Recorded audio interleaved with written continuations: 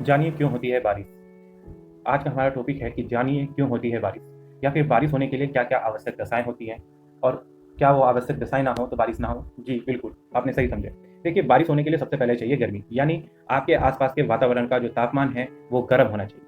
जब गर्म होगा तो जो पृथ्वी यानी स्थल स्तर पर, पृथ्वी पर, जगह पर, स्थल पर जो भी जल राशियां हैं, माफ कीजिएगा, जो भी जल राशियां हैं, उनका जो पानी होगा वो वेपराइज होगा, यानी वो वाष्प में परिवर्तित होगा। जब वो वाष्प में उसका परिवर्तन होगा तो वायु अपने साथ उस नमी को लेके ऊपर जाएगी, क्षोभ मंडल की ओर जाएगी, यानी ट्रेपोस्फेयर की ओर जाएगी। जब वो ट्रेपोस्फेयर की वायु ऊपर उठ के जाएगी तो उसके बाद उसकी जो रिलेटिव ह्यूमिडिटी है वो 100% हो जाएगी, क्योंकि ऊपर क्या होता है, जब हम क्षोभ मंडल में जाते हैं तो तापमान गिरता है, यानी एडियाबेटिक शीतलन होता है। यानी बिना वॉल्यूम को छेड़े, बिना वॉल्यूम के छेड़े जो ऊपर हवाएं जाती हैं, गर्म हवा ऊपर जाती हैं, तो ऊपर जाके फिर ठंडी हो जाती हैं।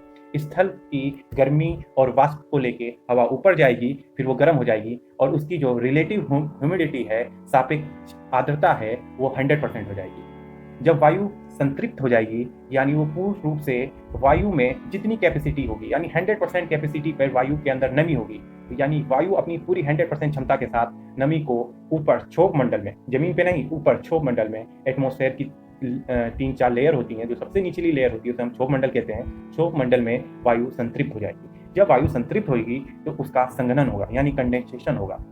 जब कंडेंसेशन होगा तो नमी रूपी जो हवा थी अब वो बादलों में परिवर्तन हो जाएगी, और वो आपको दिखाई देने लग जाएगा।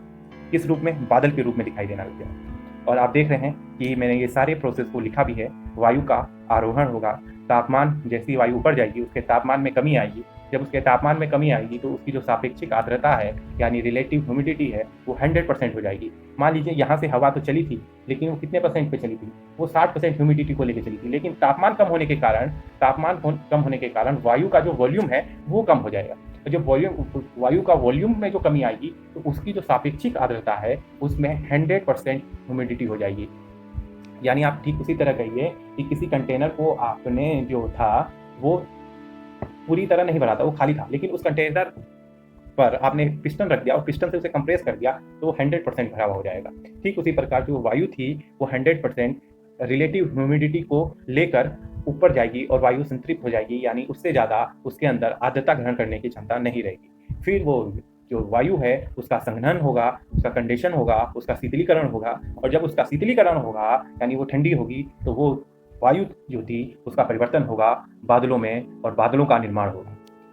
जब दोस्तों बादलों का निर्माण होगा तो जो आर्द्रता है, जो बादलों की आर्द्रता है, आर्द्रता गही बादल आप देख रहे हैं, आर्द्रता होगी।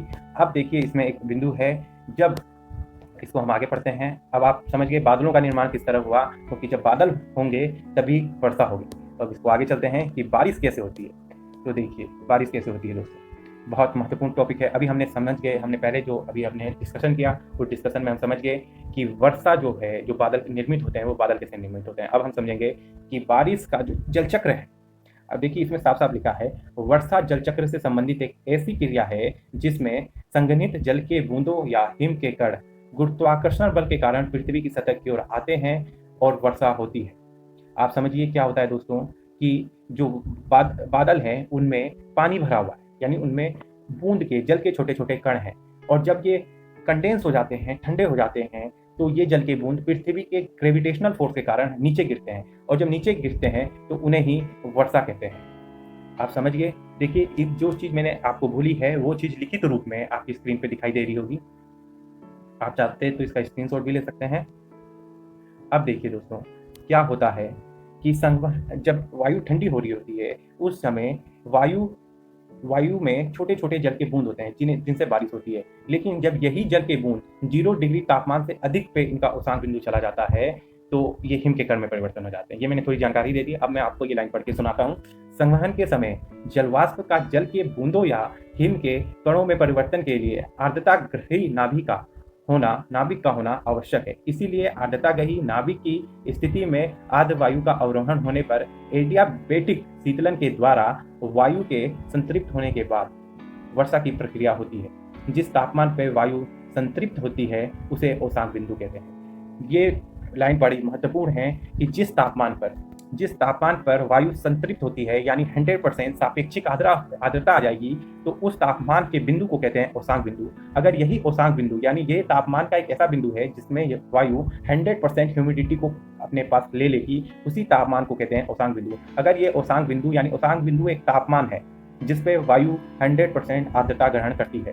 अगर मान लीजिए यही औसांक बिंदु यानी तापमान का वो बिंदु 0 डिग्री सेल्सियस से अधिक होता है यानी -1 चला जाए या -2 चला जाए, तो फिर क्या होता है, जो जलवाष्प होते हैं वो किस में कन्वर्ट हो जाते हैं, हिमकणों में कन्वर्ट हो जाते हैं। यहाँ लिखा भी है वो जलवाष्प में जो हैं वो हिमकण में कन्वर्ट हो जाते हैं।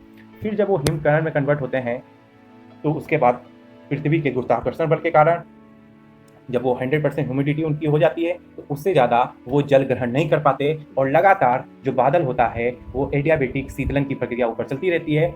मान लीजिए किसी कंटेनर में 100% पानी भरा हुआ है और ऊपर से आप उसमें और पानी डाल रहे हैं, तो एक समय आएगा जब पानी बाहर गिरने लग जाएगा। ठीक उसी प्रकार बादल यानी हवा है, तो हवा को जब कंप्रेस कर दिया गया तो वो बादल बन गई, उसका शीतलीकरण हो गया, कंप्रेस शब्द सही नहीं, उसका कंडेंसेशन हो गया तो वो बादल बन गया। और बादल में 100% पानी भरा हुआ है और उसके ऊपर से भी वो प्रक्रिया लगातार चली जा रही है, यानी आपका जो पानी भगोने से भरा हुआ पानी जो है, पतीला जो है वो पूरी तरह पानी से भरा हुआ है, लेकिन आप ऊपर से भी जग से पानी डाल रहे हैं, तो वो पानी जो बाहर गिरेगा वही वर्षा बनती है। यानी बादल के पास 100% अपनी सापेक्षिक आर्द्रता है और जब वो 100% सापेक्षिक आर्द्रता रखता है और उसके बाद भी तापमान कम होता रहता है, उसका शीतलीकरण होने लग जाता है, कंडेंसेशन होने लग जाता है, तो वही बादल जो है वो अपने एक्स्ट्रा पानी को क्या करता है, बाहर गिरा देता है। और इसमें एक भी घटना आती है बादल फटना, जिसे हम आगे आने वाली वीडियो में डिस्कशन करेंगे और वो भी बहुत अच्छी लॉजिकल वे में इसको भी समझाने की कोशिश करेंगे।